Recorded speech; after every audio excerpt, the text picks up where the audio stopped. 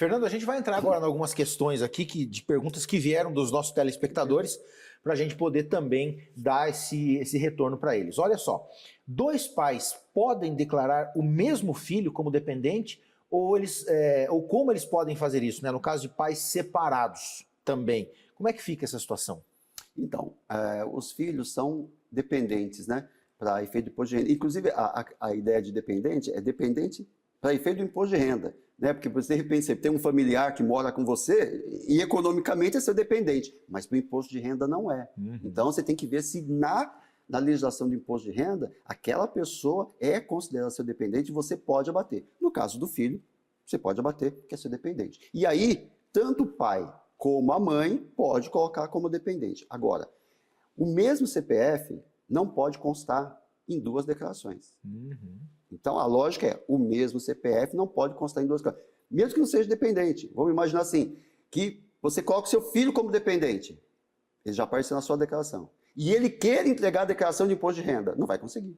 Entendi. Porque se ele já está na sua declaração, ele não pode entregar a declaração de imposto de renda. Aí, você não coloca ele como dependente. Aí ele pode entregar a declaração de imposto de renda dele. Tá? Então, quer dizer, o mesmo CPF não pode constar em duas declarações. Tem uma exceção, mas eu vou falar depois. Então, nessa situação, ele só pode constar no CPF, na declaração de imposto de renda do pai ou na declaração de imposto de renda da mãe, desde que opte pela declaração, o formulário completo. Porque se for na declaração simplificada, você não informa o dependente da declaração simplificada, só na declaração completa. Vamos supor que naquele momento era melhor para você, então vai estar do pai ou da mãe. Uma dúvida que acontece muito em relação a isso. Aí você fala assim, tudo bem, eu estou colocando meu filho como meu dependente. Eu sou o pai, eu estou colocando meu filho como dependente. Só que ao convênio médico dele, quem paga é a mãe, é a minha esposa. Pode? Lógico que pode, porque a Receita considera a unidade familiar. Então, se ele é seu dependente, não importa os gastos dele, gastos dedutivos do imposto de renda, se é o pai ou a mãe que paga. Tem que sempre colocar naquela declaração. No caso dos pais, quando são separados, tem que ver quem está com a guarda, né? Então, quem vai pagar a pensão, certo? Quem paga a pensão, se tiver autorização judicial, esse valor é dedutível, e tem que declarar, né? Lógico, que interesse dele, para abater o imposto de renda, e quem, no caso a mãe que está recebendo a pensão, também tem que informar aquele valor. Até alguns anos atrás, esse valor era cobrado imposto sobre esse valor, na realidade, e mais recentemente passou a ser isento. Então, não tem cobrança de imposto sobre esse valor que ela recebe de pensão. E no caso do cruzamento dos CPFs, qual é a exceção em que pode constar? Então, pode constar, de repente, na mesma declaração, quando, de repente, o filho ele muda de situação. Tá? Então, por exemplo, no primeiro ano do divórcio, ele ficou, vamos supor que a guarda fique para a mãe, até junho, ele ficou como seu dependente. Só que a partir de julho, ele é seu alimentando. Então ele vai constar... Nas duas. Ele vai constar as duas. Então, como dependente como alimentando, ele vai constar. Então é a única exceção que ele vai aparecer duas vezes. E realmente, né, num período, ele até é seu dependente, você considera como dependente, mas só a partir de um momento ele vai ser mais seu dependente, mas vai ser seu alimentando. Entendi. Fernando, quais despesas com instrução elas podem ser deduzidas? Cursos, né, variados, extracurriculares, né, inglês, esportes ou qualquer outro tipo de curso, ele entra nessa questão também?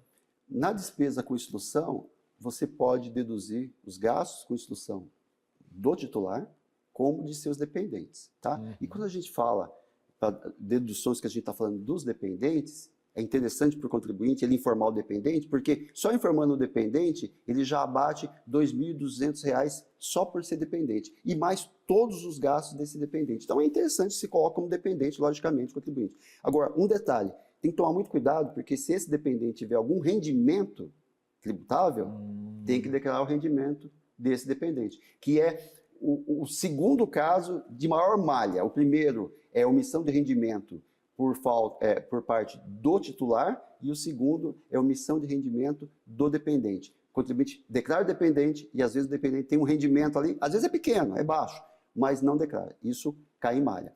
Então, com relação a despesas com instrução, só pode ser oficiais. Quando é infantil, de escola, ensino médio, escola particular, faculdade, universidade, só esses gastos que podem ser dedutíveis. Gasto com material escolar, gastos com curso de línguas, isso não tem previsão legal e não é dedutível do imposto de renda. Fernando, digamos que eu não sou obrigado a entregar a declaração por conta dos meus rendimentos, não atingirem, né, a obrigatoriedade. Porém, eu vou acrescentar, eu estou pegando um gancho no que você falou, eu vou acrescentar um dependente que tem rendimentos. O rendimento dele, ele é somado na declaração e pode me tornar obrigatório a fazer essa entrega, ou uma coisa é separada da outra? Aí são rendimentos tributáveis, aí você considera a declaração inteira. Então, se ele tem um valor de rendimento tributável, considerando, pode obrigar você a entregar a declaração. O dependente, na hora que você declara o dependente, você não é obrigado a declarar o dependente. Por isso você tem que fazer esse teste, quando ele tem rendimentos, vamos dizer assim. Porque ele não tem, sempre vai ser interessante. Mas se ele tiver rendimento, talvez não seja interessante. Então, é importante que faça essa simulação, coloque como dependente, informe o rendimento dele e faça o cálculo. Deu tal valor. Exclui o dependente e vê o resultado. Talvez compense não colocar ele como dependente. E aí você não é obrigado a colocar aquele dependente, simplesmente exclui o dependente. Entendi. Gastos com psicólogos, fisioterapia, exames laboratoriais, eles podem ser deduzidos? Sim, esses profissionais você pode fazer a dedução de imposto de renda. Inclusive, no ano passado, esses profissionais não podiam mais emitir o recibo em papel. É tudo eletrônico. Então, provavelmente, essas informações vai estar na pré-preenchida. Entende? Porque como é tudo eletrônico, né? Porque antes a gente tinha só as clínicas. Porque você vai ter um atendimento médico e, às vezes, o recibo que sai para você sai no CNPJ da clínica. E, às vezes, sai no CPF do médico. Quando saía no CNPJ da clínica, a Receita já tinha essa informação e ia para a pré-preenchida. E, quando era do médico, nem sempre ia para a pré-preenchida. Agora, como do médico não existe mais o recibo em papel, tem que ser eletrônico, automaticamente já alimenta a declaração pré-preenchida. Então, de todos esses profissionais, ele pode abater do imposto de renda. Entendi. Como é que a gente declara um plano de saúde familiar? Bom, o plano de saúde, você tem o valor relacionado ao titular e tem os valores dos dependentes. É simplesmente lançar lá em plano de saúde, informar o valor de cada um. Aí tem que ver se tem, se parte pode ser pago pelo empregador. A parte que for pago pelo empregador, ela não é dedutível do imposto de renda. Então, por exemplo, você paga imposto de renda, paga o plano de saúde de, sei lá, R$5.000 do ano. Só que 2.000 a empresa pagou. Você só desembolsou 3.000. O que você pode abater do imposto de renda? Os 3.000. Os 3.000. Então você só abate do imposto de renda o valor que você desembolsou, o valor que você pagou. Aquele valor que foi pago pela empresa é não dedutível do imposto de renda. Então, se o meu plano de saúde ele for pago na integralidade pelo empregador, isso aí não vai para a declaração? Não vai, porque você não custeou nada, você não pagou nada. Você só pode deduzir aquele gasto efetivamente que você teve. Como é que a gente vai fazer a declaração de um imóvel ou de um veículo? E aí eu te pergunto uma outra coisa. Digamos que eu, em 2025, esteja com um veículo, né, que eu comprei no começo desse ano. Eu não estou obrigado a declarar esse ano, vou declarar o ano que vem, né? O veículo anterior, ele entra na simplificada, na completa. E na pré-preenchida, ele já entra automático, ou eu tenho que fazer essa informação uma vez que a venda já foi feita? A Receita Federal, ela consegue pegar esses dados? Sim, consegue pegar. Então, o que você tem que declarar? Nós estamos na declaração de 2025.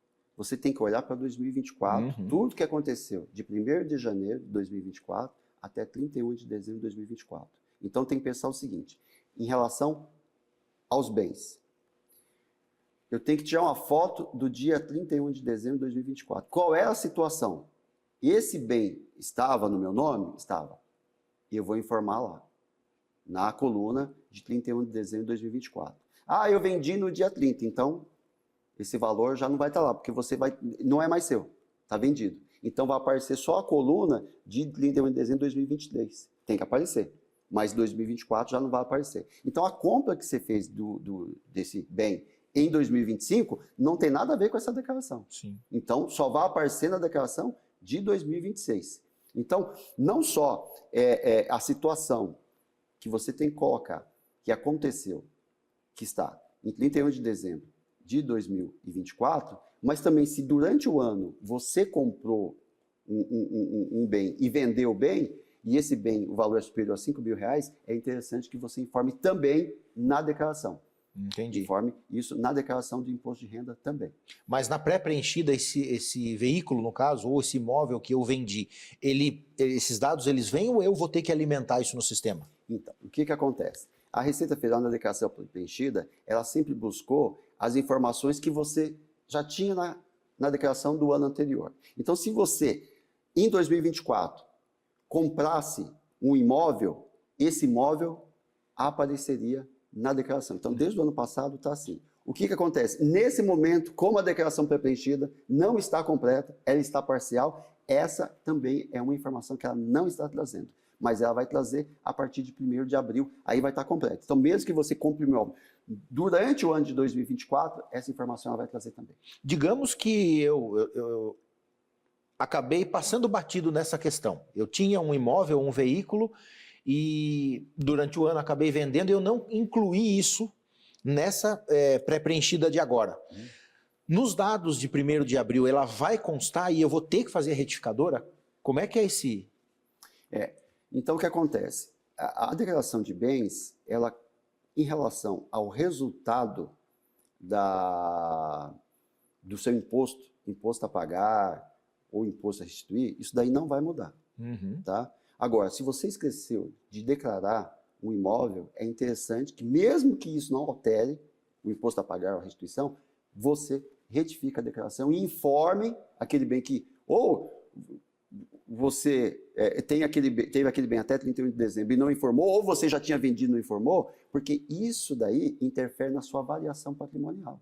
Então, por exemplo, você esqueceu, né? Já vi alguns casos assim, a pessoa tem um apartamento de 2 milhões e esquece de declarar um apartamento de 2 milhões, tá? Então, num ano, ela não declarou aquele apartamento. Então, quer dizer, o total de bens dela, que fosse lá, sei lá, 5 milhões, mas ela esqueceu de declarar o apartamento de 2 milhões.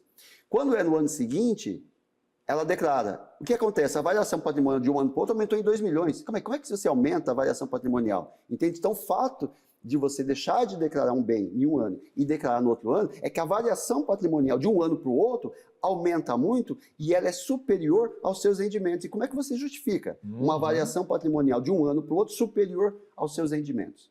Se vier através de uma herança, tá ok. Tudo bem, mas você tem que declarar a herança. Você pode não ter declarado, entende?